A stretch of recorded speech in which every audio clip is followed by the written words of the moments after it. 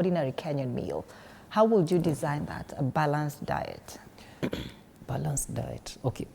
First of all, the word diet seems a bit restrictive. Every time I approach people and say the word diet, I can just see them cringe and they just expect restrictions and do not eat this or do not eat that.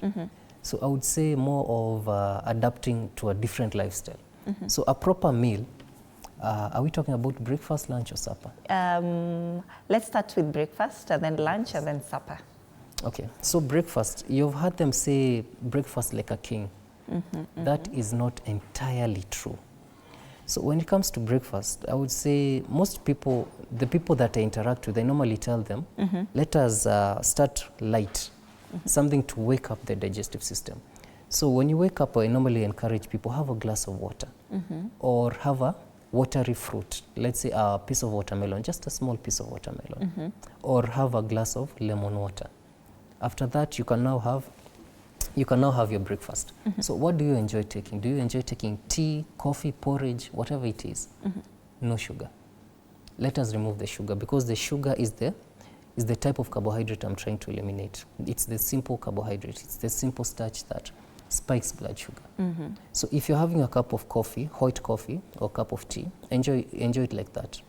Let us avoid the mandazis and the cakes, the biscuits. They are not really healthy for you. They normally eventually lead to insulin resistance. So enjoy your cup of tea.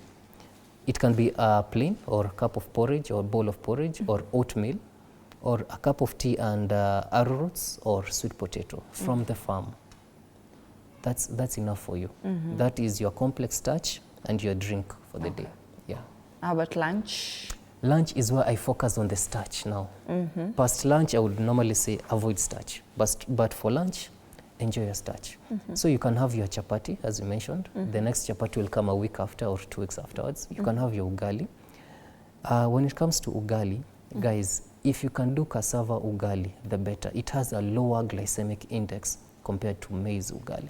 Maize ugali is okay, but it still leads to a blood sugar spike compared to cassava ugali.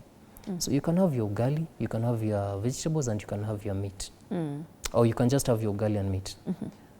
For people who enjoy traditional foods, you can have your githeri, you can have your mukimo, but make sure lunch has vegetables. It's extremely important. Yeah. So whatever you eat during lunchtime can also be eaten during supper time? Not entirely. Okay. Again, starch, carbohydrates, it should not go beyond lunchtime. Okay. The reason being, around 5 p.m. there, our bodies cool down, they slow down. So breakdown and utilization of energy has reduced greatly. So whatever we consume past around 4 or 5 p.m. is stored in form of body fat.